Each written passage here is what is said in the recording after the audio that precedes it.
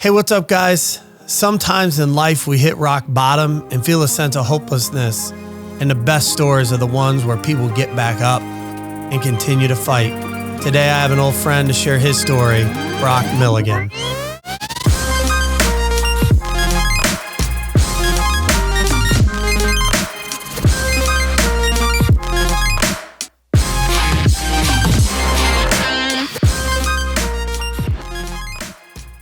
What's up, Brock? What's up, Grubb? It's good to see you, man. How's it going? So I was thinking about this on the way here, and I kind of saved it for now. You and your brothers may be Colby Jones. I may no longer, but you guys might be my oldest friends. Yeah. Is that we possible? go way back, yeah. How old are you? 34 tomorrow. Oh, yeah. Well, happy early birthday. Yeah, thank you. For the record, what's the date of your birthday? February 6, 1986. There you go. You never know. People kind of listen in random times and spots. Yeah. But 30 years. So we grew up over by Valley High School. Did you go to Western Hills? You went to Sacred Heart. Sacred Heart, yeah. Yeah, that's right. Catholic schoolboy. And are you the middle? No, youngest boy. So it goes Ryan, Matt. Matt's 14 months older than me. Really? Yeah.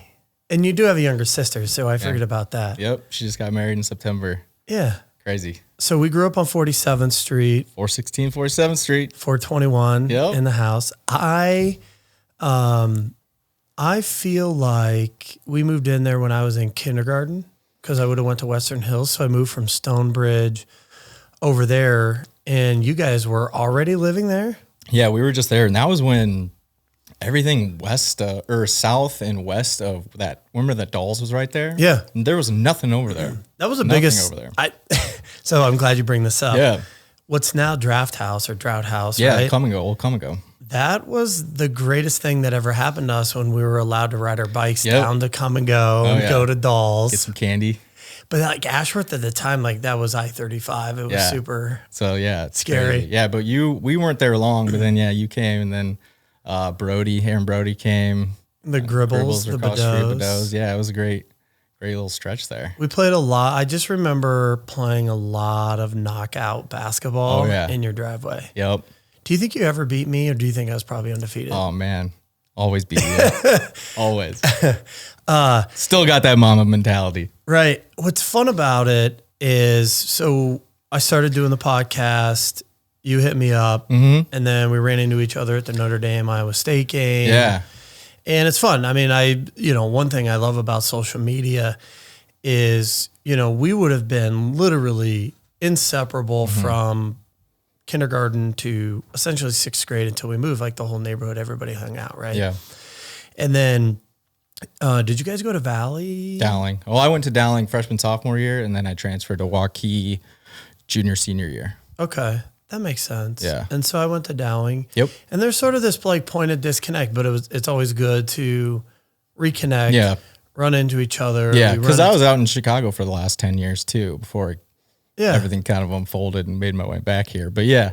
Right. It was kind of one of those many coincidences that have happened since I've been back here that, keep pushing me to doing what I'm doing and talking about things. And so, it was just kind of aligned perfectly with timing, things going on in my life and my job. And, your 15th, 16th episode on the podcast now? In the realm. Yeah. We're in the mid-teens. We're teenagers. Yeah. I got like a weird, awkward haircut. Yeah. I'm getting a little zits on my face. That's kind of how it is with the Instagram account. I just started it for fun, just something to do and occupy my time. And it's just kind of taken over as something I do outside of work and keeps my mind busy and fresh. Yeah. One of the reasons we do the podcast is to document conversations, friendships, philosophies for my grandkids. So really to start there, would you have some advice for my kids or my grandkids, future grandkids? Yeah. So, based on my life experiences, what I've learned, I would say, take care of your mind, take care of your body. You're only going to be productive and successful if you got a healthy mind, healthy body, in my opinion. Keep your friends and your family close, stay loyal, take care of the planet, and work hard. I mean, pretty simple stuff. The thing, things that you can control too. And I want to unpack your story in your journey over the last 10 years here. What, sitting where you're at now, sort of starting with the end in mind, why does society not put more of an emphasis on mental health and the mental side of it? There's certainly a spiritual component, which I think contributes to a growing mental health. People are really focused on going to the gym, improving in work, spending all this money on golf lessons, but to actually exercise and work their mental health and have tools to deal with adversity seems to be not a thing. Mm-hmm. Why do you feel like that is? I mean, there's still the stigmas, that you carry around with you. With me, I have the stigmas with addiction, with mental health, depression, anxiety, suicide, everything. So I don't know though, because you always hear about, celebrities and famous people, going through recovery and living with the things that they carry around with them. You don't really hear about it, from somebody that, like someone like me that just has a normal job, living in a normal city. You just don't really hear that or see that. Right. I don't know if that plays into it or not, more on a smaller scale, because, the celebrities, they just live a different life. They can do things differently, and it's probably way more accepted in Hollywood than it is, when you're in a sales role like I am, and I'm around it all the time with my family and friends. And so I think it's just the stigmas, when you make, and people just, scared of putting themselves out there and being vulnerable too, which I was too. One of the things I love about my Instagram account is one of the very first posts where I talk about, trying to take my life. I'm in a hat, I'm in sunglasses, I'm in an office that I was working out of temporarily for the summer because ours was under renovation. And it's because I was still, my employer didn't know about my history at the time. So I was still scared to fully commit and, put myself out there. And I'm very fortunate that I have gone through everything that I have and come out better. And I don't give a shit what people think, but still, because of the stigmas, I was still trying to disguise myself, right, in case somebody sees it. So right. that's what, I say that's why I love about it, is because that was in July. And here I am now on your podcast, right, talking about the most intimate things in my life that I'd never wanted people to find out. But why? If I'm a better person today, why does it matter, what I've been through? So you alluded to part of your story. Was it last summer or the previous summer? Things got to the point of hopelessness. Mm-hmm. You got to the point where you attempted to take your own life. Mm-hmm. You're in the hospital for 2 months. 3 weeks. 3 weeks. Yeah. A couple month recovery. But get us to that point. And I don't even think that's necessarily the story, so we can really talk about that other side. But unpack for the listeners how we got to that point. Leading up to the suicide attempt? Yeah, for sure. Yeah. So, and you mentioned, the last 10 years of my life earlier.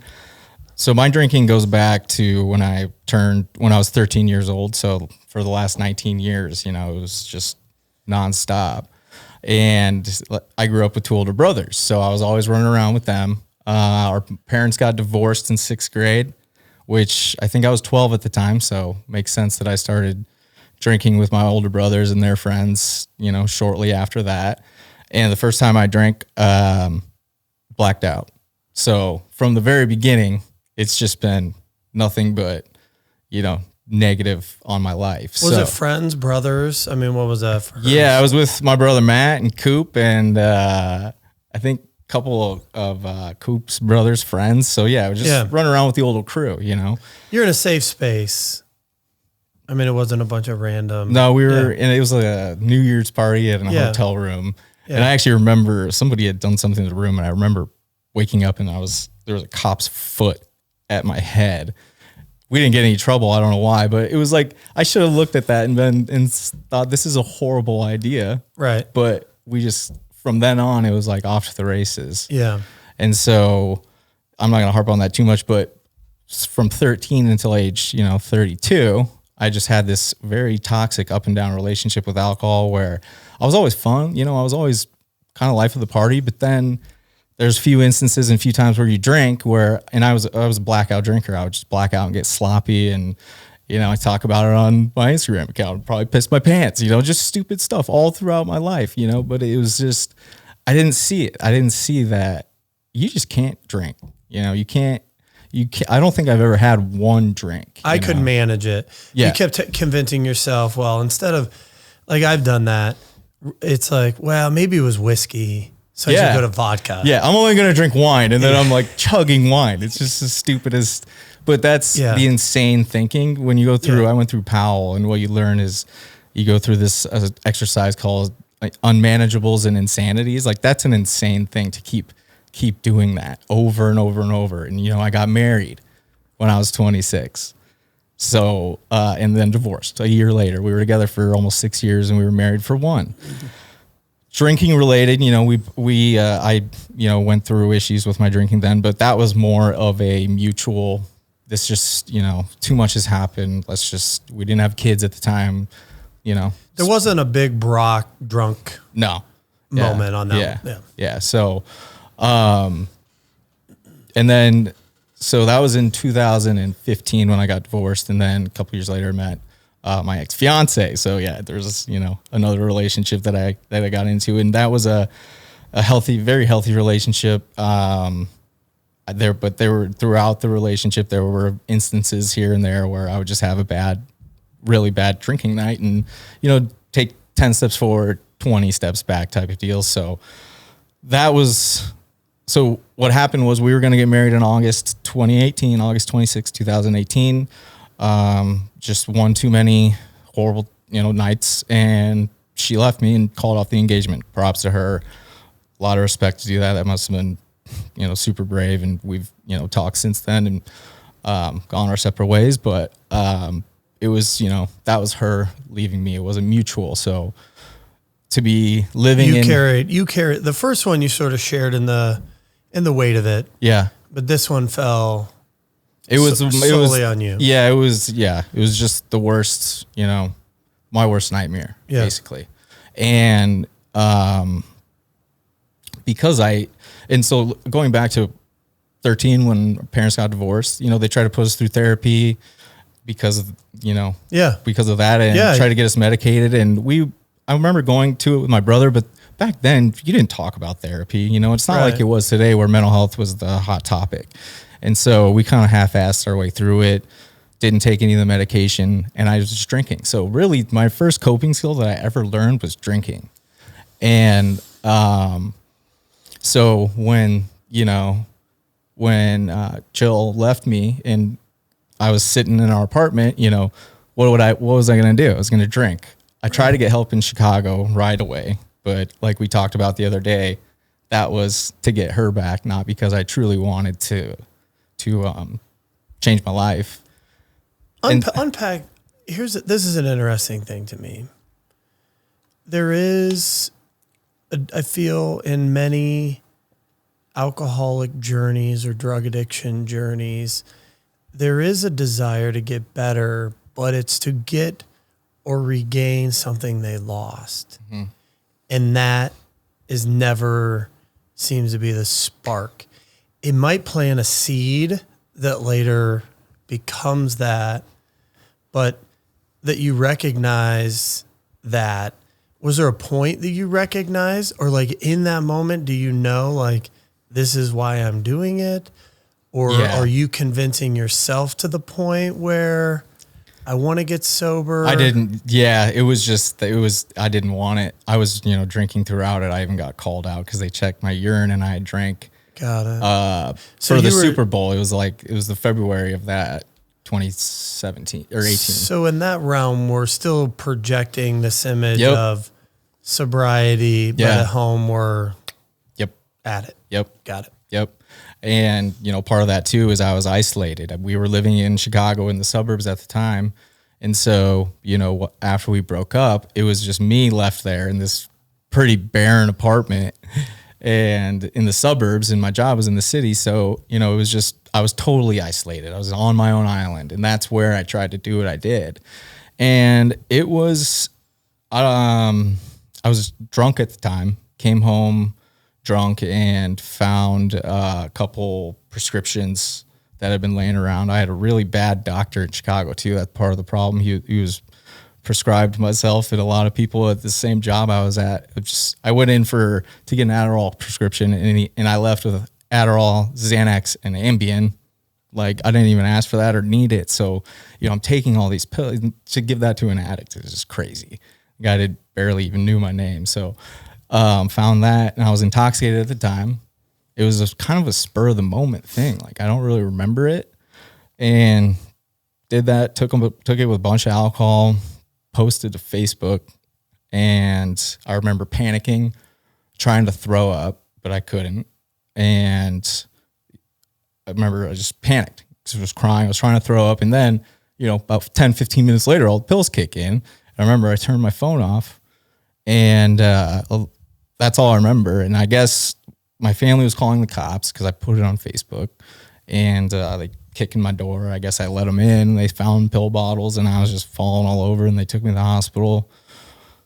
Woke up about a day and a half later. My stepmom had come in from town. My buddy Ted was next to me. My mom was there, and I was like, what happened? Crazy. So then what? So then I'm in the hospital for a week under 24-hour supervision until a bed opened up in the psych ward in Chicago, and I spent a week in the psych ward.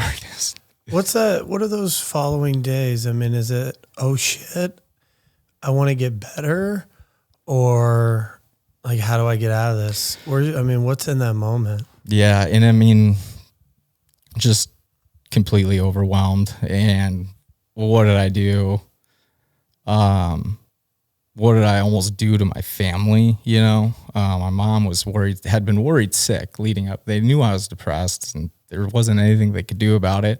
And she was worried I was going to do exactly what I did. So, I mean, I would have been just putting a knife into her back at that point, Didn't you say she asked, that mom was asking every day?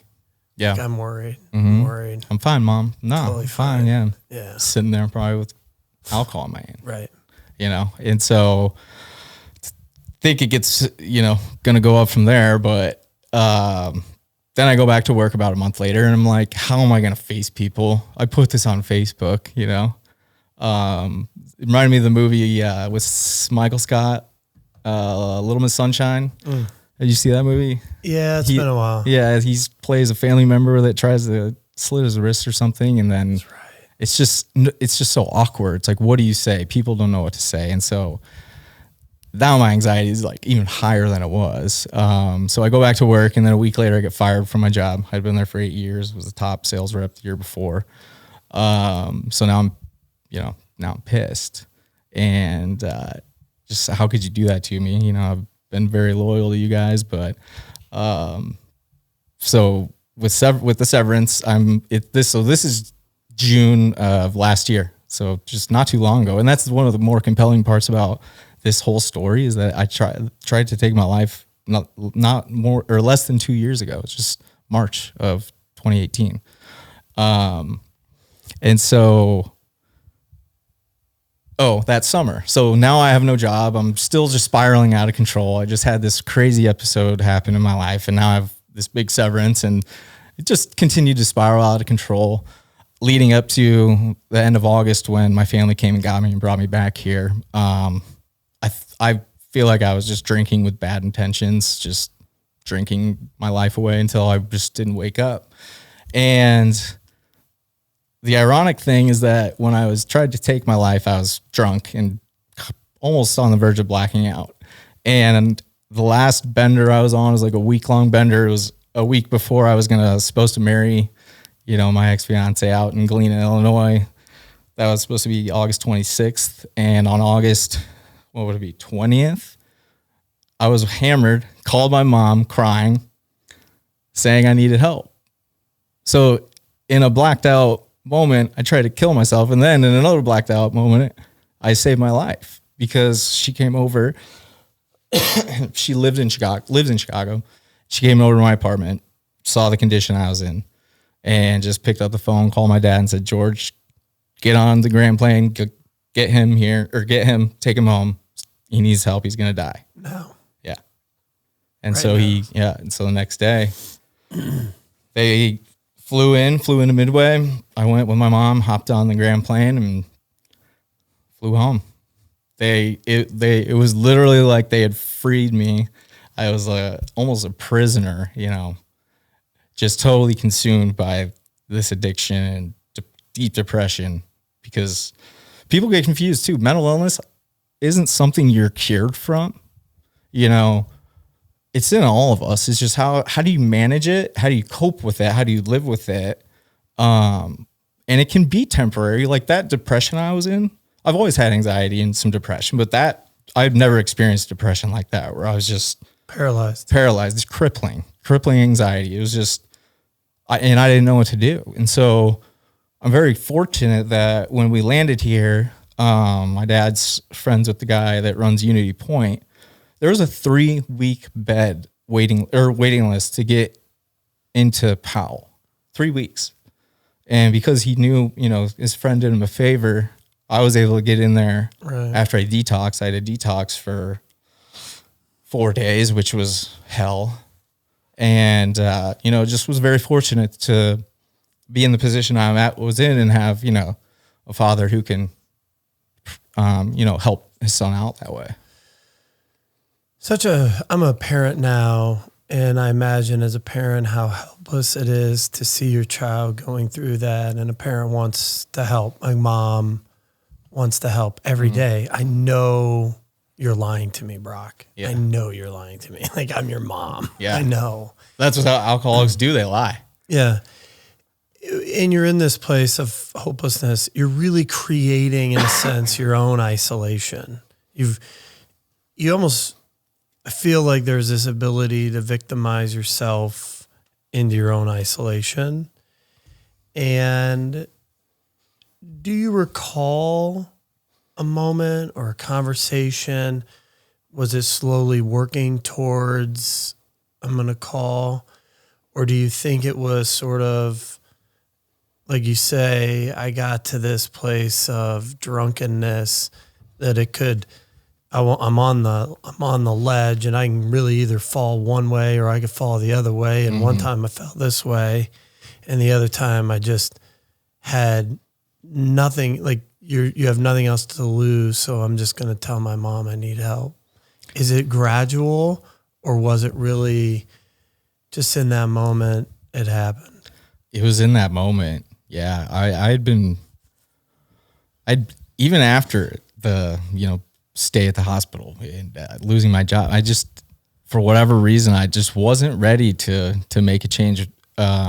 She had been harping on me to continue to try to get help in Chicago, and I don't know, I just wasn't interested. And then one day it must have hit me when I was intoxicated that I'm going to die, Thankfully I didn't have any seizures or anything like that going through detox, but and I think it too was I started day drinking then because I didn't have a job. So, I would drink all night, and then I would wake up hungover and I wouldn't have a job. So the only thing that was making me feel better was alcohol. And then to be doing that every day was just miserable. I was lonely. I was miserable. Your isolation is partly because a lot of your friends don't want to hang out with you anymore. You're not fun to be around, and that sucks. It's reckless. Yeah. Right. Just annoying, like having to take care of you because you're sloppy, that's not a good look. That's not fun. I'm like my dad. I just love to be around people and have a bunch of friends and, go out and do things. And right. I lost that, I found myself at points in my life thinking about, I can't remember the last birthday that it wasn't centered around drinking. Yeah. And I did a full year of sobriety, probably like 11, 12 years ago now. And it was literally, 25, 6, somewhere in that realm, thinking I've had more birthdays drunk because I was 13. I was probably 7th grade. I've had more birthdays centered around alcohol than I have not. Yeah. I've had more New Year's. I've had more 4th of Julys. I've had more everything. Yeah. Yeah. And who's in charge? And I've had to wrestle with that a lot in my mind. The challenge really, I think of, I don't know if you ever knew this. We didn't talk about this the other day, but my dad's sister, Kathy Grubb, took her own life. Yeah, I did not know that. She was an alcoholic. And we're coming up on 10 years maybe. Sorry I'd to have that, to think. And similar, married, divorced, started drinking more, isolated more. Mm-hmm. Then met the right guy, got divorced, started drinking more. Then really met the right guy, started drinking more, didn't work. And she took her own life. Yeah. And that was the worst. I mean, that was really, for my family, one of the worst. It's terrible. Yeah. The wreckage that it leaves behind. Right. And her two boys, she's got beautiful grandbabies that, and I think about her all the time. It's crazy. Mm-hmm. I mean, what's really crazy for me is I feel like my middle daughter, reminds me of her, which is weird. Yeah. And her name's Kendall Catherine. And it was, Kathy was my Kathy. Yeah. We named her after my wife's mother, who's Kathy. Yeah. But in this weird way, she kind of has this sort of resemblance almost. Yeah, at times, in her face and her eyes, and this resemblance. My Aunt Kathy had beautiful blue eyes, and Kendall's are more hazel, but they had kind of this auburny color to their hair, and my Aunt Kathy had more auburn red hair. Yeah. And it's interesting. You think of that path, and I often think of, I will reflect upon that helplessness of that moment. And you go from being mad to being sad. Mm-hmm. And you want that opportunity to, almost that panic that you felt in that moment. Like, oh my God, what have I just, almost what's crazy would be this more sort of metaphorical of jumping off of a building. You can't undo that. Yeah. Right? Yeah. I remember you saying when you were on the plane and you're on your way back to Des Moines that there was this overwhelming sense of peace, almost that it wasn't just your secret anymore, it wasn't your burden anymore, that you really had sort of opened your heart, opened your mind to actually get some help. Mm-hmm. How do you start that building block back? And I would sense one thing we talk about a lot is core values, and values like, who am I? What am I made of? Mm-hmm. And my values, to know my values, is to be aware of my vulnerabilities. Mm-hmm. And to live well with my vulnerabilities is to cling to my core values. And that's, like you say, depression, alcohol, these things never go away. Mm-hmm. You have to learn to live well with that vulnerability and not get back to that super dark, helpless place.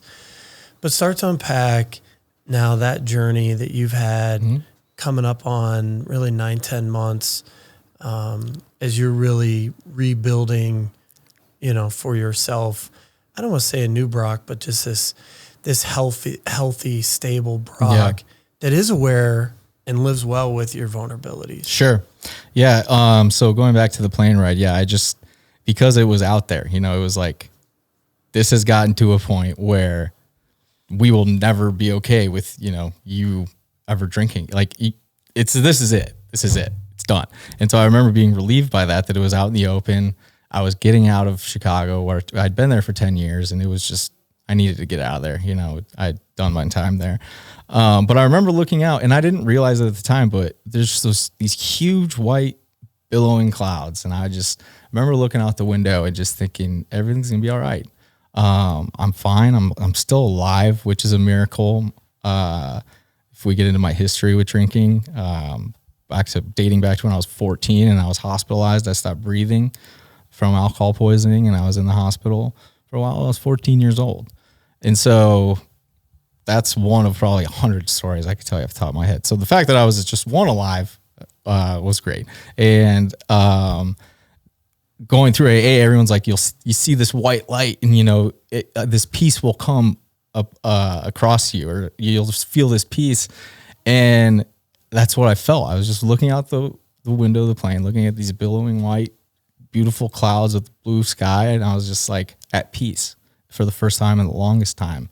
And I literally felt like they had rescued me. It was like a rescue. They flew into Chicago, took me out, and then I was on the plane home, and I was like a prisoner of war. I was just so happy and grateful to be back. And so I think you asked me about when going from hopelessness to having hope. And I think you just have to have enough time of enough clarity. So luckily for me, I was in the hospital for 4 days, and then I lived at Powell in the hospital in their inpatient facility for another 17 or 18 days. So that's 3 weeks where I'm, in a safe place. I can't drink. So my mind's getting clear again, and I'm detoxing all this crap out of my body, and I'm starting to feel good, So I think it's important. You got to go somewhere that you can stay for a while, because I've tried the other where I go for the day and then I go home at night and I'm drinking. You got to set yourself up to where somebody else can hold accountability for you, at least temporarily. So you have a foundation so you can go and, so it's step by step. Right. And so once I did the inpatient, then I went to a 6-week outpatient program, which was 8 to 5, because I still don't have a job in Des Moines yet. And I'm living with my dad and my stepmom because I want to, because I don't want to go live by myself right now. I'm not comfortable enough to do that. This is the first time I'm being honest with myself. So I did that. And, the whole time I'm having fun. I was kind of the class clown at the Powell, always telling jokes, keeping it light. And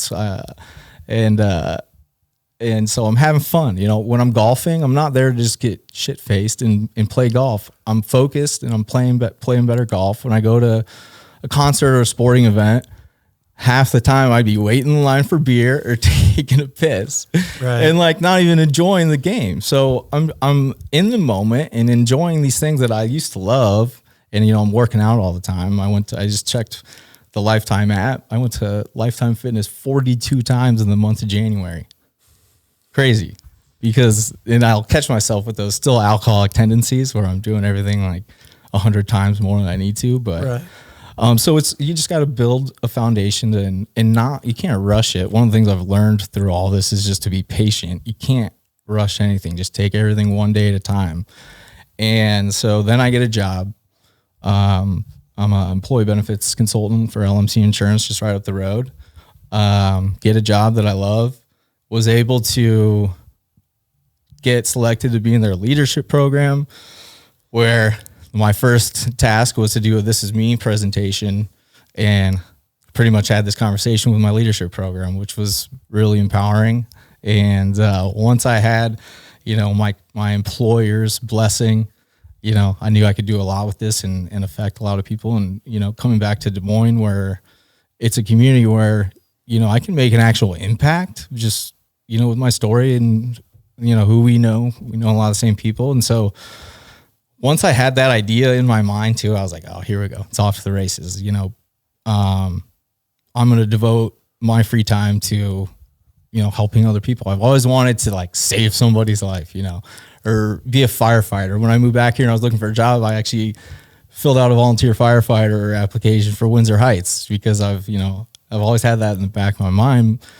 And one day light bulb hit and I was like, I'm trying to hide this from everybody. Why? Right. It's made me a better, stronger person. And I could help people on a large scale, Right. So once that light bulb kind of went off, it was everything that I've done since then has been leading up to, just putting myself in the position I am today. When you're at Powell in rehab, is there a tool or an exercise that you tap back into that was impactful or powerful for you when you do start to feel vulnerable? Definitely. The unmanageables and insanities exercise. You just kind of write everything out, but I still have a lot of just insane thoughts. And I'll give you a good example. When I got this job being an insurance broker, I do commercial only. So it's, a lot of working with businesses, employers. And so before I started, I even remember saying to my dad, I'm going to be at a disadvantage because I can't take Adam out for beers, That's crazy. When going through it now, I'm so much more focused. I care. I'm not tired and hungover and working hungover. And, I'm grateful. empathetic, of all these things I never really had. I don't take things for granted.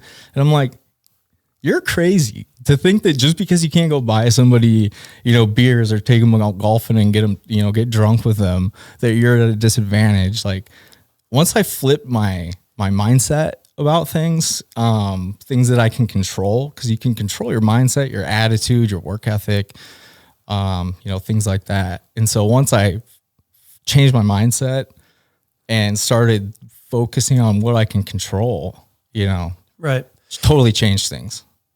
It's so easy, and I do that often, right? I'll justify my drinking in every which way. I mean, that's the funny one, right? If I don't go get beers, I'm gonna miss out. Yeah. And then when you really put it in context of what it is you may or may not be missing out, it's somewhat insignificant. Yeah.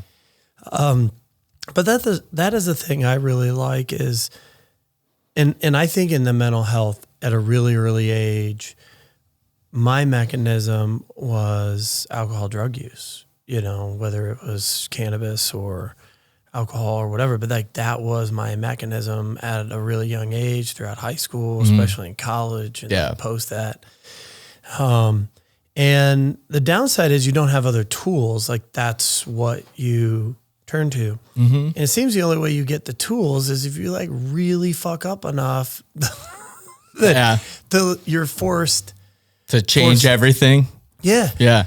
I think that's the two things. The thing that concerns me the most, and I'm curious to sort of get your take or where the consensus is at on this. But, one is less of a stigma, even from parents, to try to get the kids, encourage the kids to get tools to deal with vulnerability and deal with adversity well early. Yeah. i.e. the participation trophies, right? The key is you don't let your kid fail. You isolate them. I don't want my kid to be sad. I don't want my kid to feel bad. So they don't learn a lot of these tools to be able to deal with failure and rejection and vulnerability, which is where life is. Mm-hmm. Everybody feels, and certainly in the Instagram, Facebook world, we think it's sort of in the values and in the greatness and what you're awesome and you're amazing and that's what you project. Yeah. I'm projecting to mom I'm fine. I'm projecting to my fiance that I'm getting better. And not having the right tools to deal with failure and adversity in a healthy way. Mm-hmm. I'm super fascinated to learn more. I mean, I would say if somebody's listening or as that continues, I think that's interesting. And then the one that's most concerning is where you really dig into the fact that you're on this edge of hopelessness. You walk in and are like, hey, I want to die. And they're like, yeah, let's take a look here. Yeah. Can you come back in 3 weeks? We can't help you till that. Mm-hmm.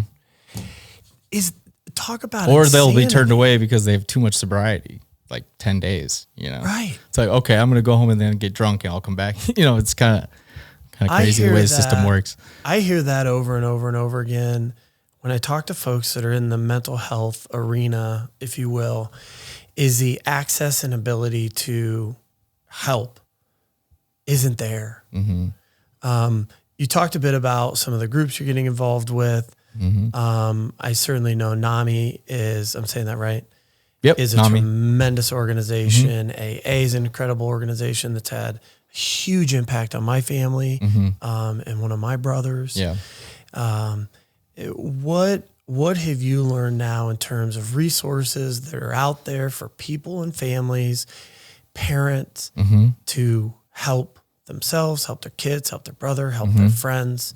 Yeah. What's out there? There's a lot out there. And with social media too, we touched on it briefly. It is what you make of it. It gets a bad rap for being, this horrible thing and a curse, but you can go on and find, any type of group or people of similar interests and, upbringing that understand what you're going through. It's not all bad things. So, social media is a great resource, to learn things. Getting back to, you had said something about you almost have to really mess up to fix things. So my thinking to tackle that subject is, I personally believe that, therapy should be funded in all schools, starting at a very early age, so that that's all the kids know growing up and they're comfortable with it. We didn't have that. The problem with that is there's just no funding for it, but that's kind of a lazy excuse in my opinion. So that's kind of what we're working towards. And, with the American Foundation for Suicide Prevention, which is the organization I'm most heavily involved in right now, I went to their Out of the Darkness walk up in Ankeny, up at the DMAT campus. This year it's September 20th, if anybody wants to go. But I went there by myself, just to get, a sense for what it's like. And I knew it would force me to talk to people there, because I'm just kind of there by myself. And that's how I got connected with them. And now I'm working with Joni Moeller, who's the area director on corporate sponsorship. So when I was there, I went and gave my business card to the MC of the whole event, told him a quick version of my story and said, I want to help you guys. Here's my card. Can help you raise a lot of money. And so that's what I've been doing with Joni in my spare time. We just started after the first of the year, got our first sponsor a couple weeks ago. So she's thrilled because it was just her. They've never done anything like this. So just doing what I can to help out with that. But for resources, you just got to, it just takes people talking too. Everybody's scared to talk. This is all you need to do is just have a conversation with someone. That's one of the things that the American Foundation for Suicide Prevention preaches the most, is like the easiest, simplest, cheapest, most cost-effective way to help with all of this is just by people talking, having conversations, asking somebody, are you okay? Like, are you having thoughts of hurting yourself? That's a fine question to ask, and so just having conversations, but that's only going to work if everybody's all in on it. It's not going to work if, people still just say, I'm going to do all this stuff, and then they just keep everything in and, don't put any actions forward. Right. But I mean, there's unlimited resources out there. You just have to ask, ask for help. It's not that hard. Well, I mean, I certainly think that seems to be the hard part, is to recognize the need for help, being vulnerable enough to actually ask for the help. And then us too, being men, Right. 70% of the men last year committed suicide, or 70% of the people that committed suicide were men. Right. Last year. There's over 48,000 suicides in the U.S. alone last year. 130 a day. That's crazy. It's insane. It's nuts. And then, so something else that people don't realize, and I know this only because I went to their Survivor Loss Day, which is for the families. Your story about your aunt reminded me of that, because I'm sitting there and there's a panel with all these people that have lost loved ones, and this poor wife whose husband shot himself in the head. Her two kids now in school are getting bullied so much because of it that they had to move. It's horrible. You think when that happens to a family, that community embraces them and they have all these people around, when it's actually the total opposite, because those people don't know what to say. They don't know what to do, and they don't know how to act around that person. And so everyone just kind of goes away, and it's just, you're left with this, I can't imagine anything more horrible than that, right. And seeing your kids get bullied for it, that's sick. Well, I really appreciate you coming on. Yeah. I really appreciate you sharing your story. I'd love to circle back around. Yeah, let's do it here. And maybe in a few months, I want to continue to learn more. And I think maybe talk about, your progression, and how things are going. But I love you, man. I'm happy to hear Thanks, things buddy. are good Love for you you, too. and appreciate you coming out. Yeah, absolutely. All right. Thanks, Brock.